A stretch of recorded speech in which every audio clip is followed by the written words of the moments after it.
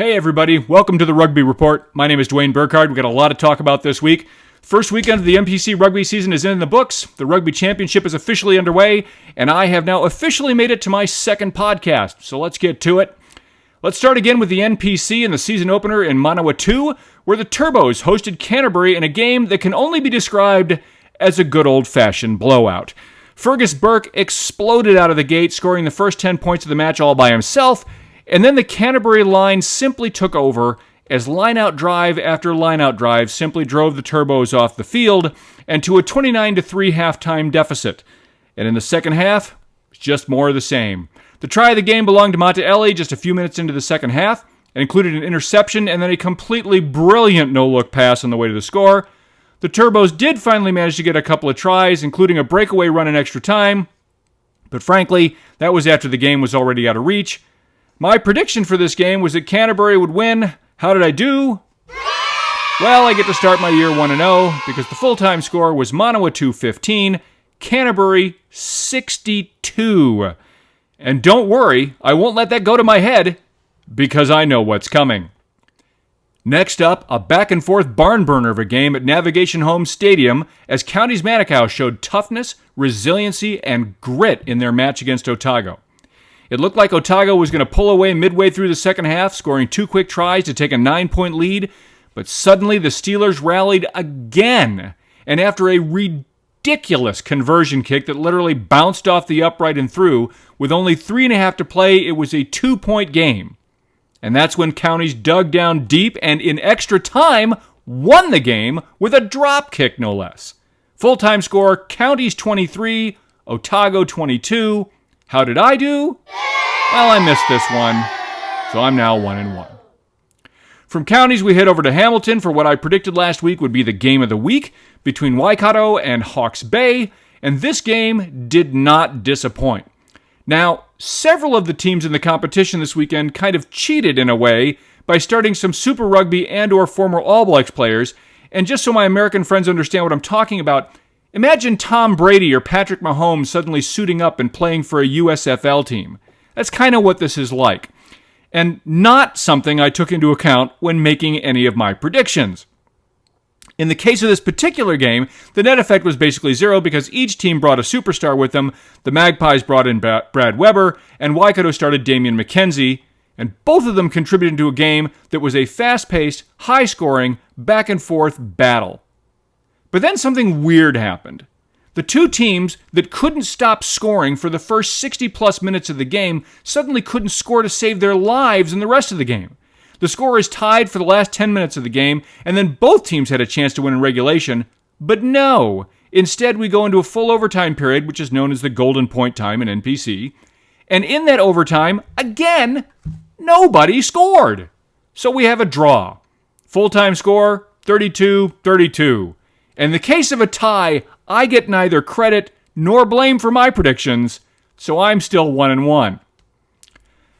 Finally, on Saturday night, we head to the Battle of the Bridge as Auckland hosted North Harbour. I liked this game. It was well played, it was fun to watch, and it pretty much went exactly as I predicted. Always nice. Full-time score was Auckland 36, North Harbour 26, and I'm now 2-1. Sadly, it does not go well for me from here.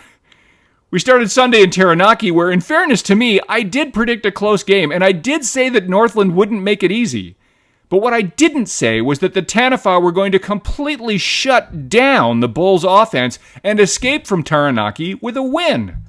So well done to Northland. They take down the Bulls 13-11, and I'm back to 2-2 in my predictions. All right.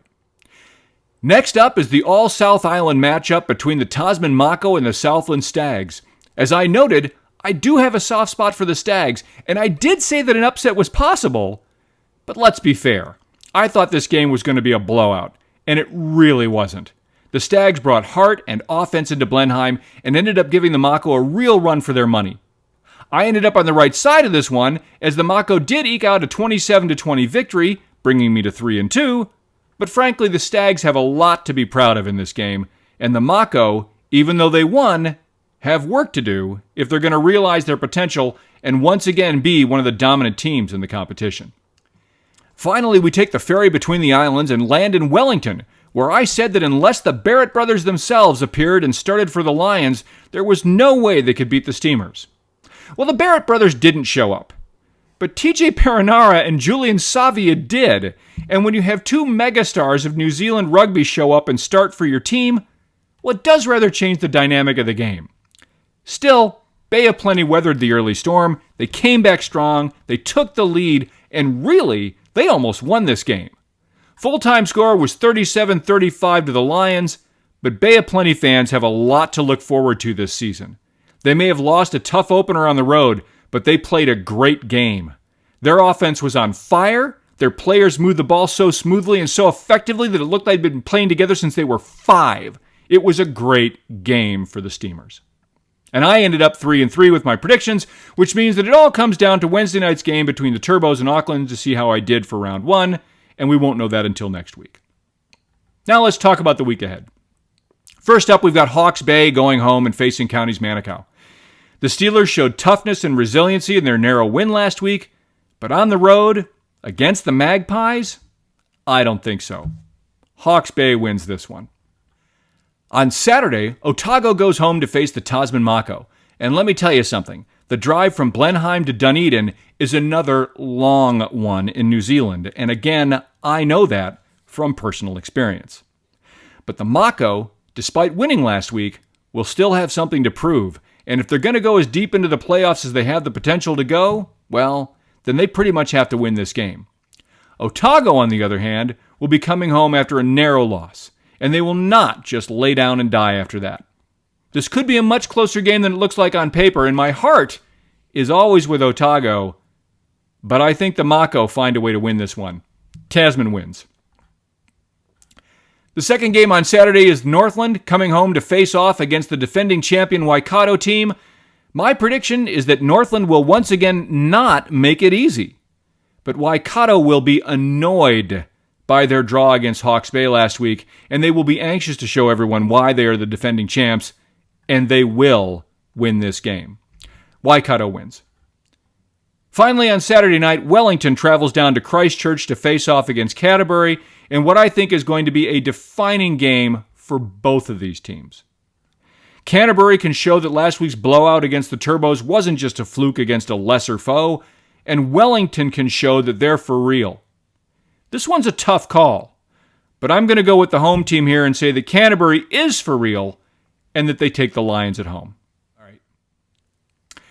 We start Sunday in Tauranga with another game that I think has the potential to define both teams in 2022, as the Bay of Plenty Steamers host the Taranaki Bulls. Both teams lost tough games by small margins in Week 1, so both teams will be wanting to bounce back and move up in the standings. Who do I think will win? Well, as I noted earlier, I thought Bay of Plenty was just plain phenomenal in their narrow loss to Wellington, and I have to believe that they're going to bounce back at home, and they will send the Bulls out 0-2. Bay of Plenty wins this game. From Tauranga, we're going to go to Invercargill, which is about as far south as you can go in New Zealand and still play NPC rugby, where the Southland Stags are going to host Auckland.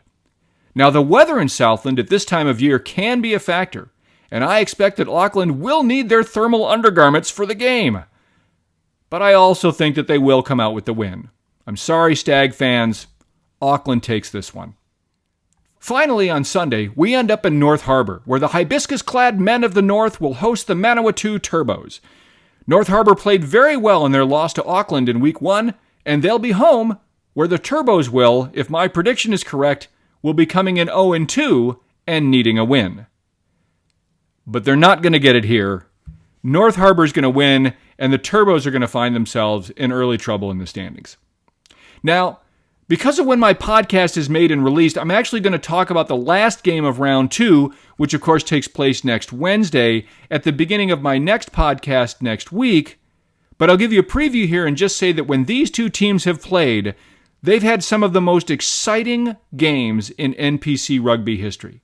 And when they face each other, it just doesn't seem to matter who has what record. Anything can happen. And I'm going to leave it at that until next time. Well, that'd be enough for a podcast right there, wouldn't it? But we also had the first round of the Rugby Championship last weekend, so let's talk about that. First up, the recently bruised and battered All Blacks of New Zealand traveled into South Africa to face the Springboks, And from the opening kick, the All Blacks defense was massive all game. In fact, until the last 3 minutes of the game, there was only one try the entire game, and that one was a total fluke. Just the result of a lucky bounce. No, the problem wasn't that the All Blacks didn't play great defense. They did. The problem was that they were virtually always on defense the entire game. South Africa simply dominated in both possession and position, and they took advantage of virtually every chance they could to kick for points. Now, I know that there already is, and I know that there's going to be a lot more criticism of the All Blacks in the New Zealand press, but it won't come from me. Until the last 5 minutes, when 2 tries were scored, one by each team, this game was a defensive war between two of the best teams in the world. Contrary to what some people may write or say, the All Blacks didn't lay down and die in this game, and they could have. They were short key players, they were on the road against a great team, but they showed up. And again, they played some great defense. But without the ability to get on and stay on offense, and against another of the world's very best defenses, simply wasn't enough. Full-time score, Springboks 26, All Blacks 10. Next up, as predicted, Argentina and Australia played one hell of a game in Argentina. The Pumas led the way well into the second half, but the Wallabies hung tough and, as I predicted, fought their way back into a game late and came away with a tough but well-deserved win. The full-time score, Argentina 26, Australia 41, but the game was much closer than that score makes it look. These 4 teams will play each other again this coming weekend. The Boks and the All Blacks will meet up in Johannesburg, or Joburg, at a stadium that is literally the highest professional sports venue on earth. Yes, my friends in America, it is even higher up than Mile High Stadium in Denver. So the game is going to be BYOO, or Bring Your Own Oxygen. My prediction for this game, well, I know they're underdogs again, but I'm going to go with them again. The All Blacks, winners in a stunner. There they are. The All Blacks win the game. We'll see.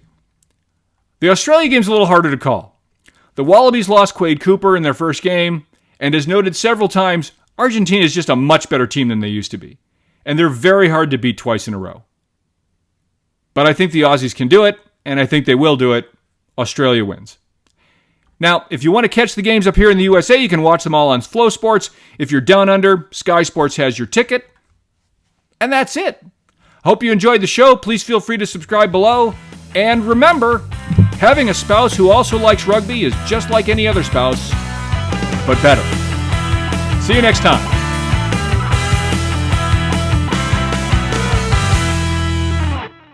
And don't worry, I won't let that go to my head.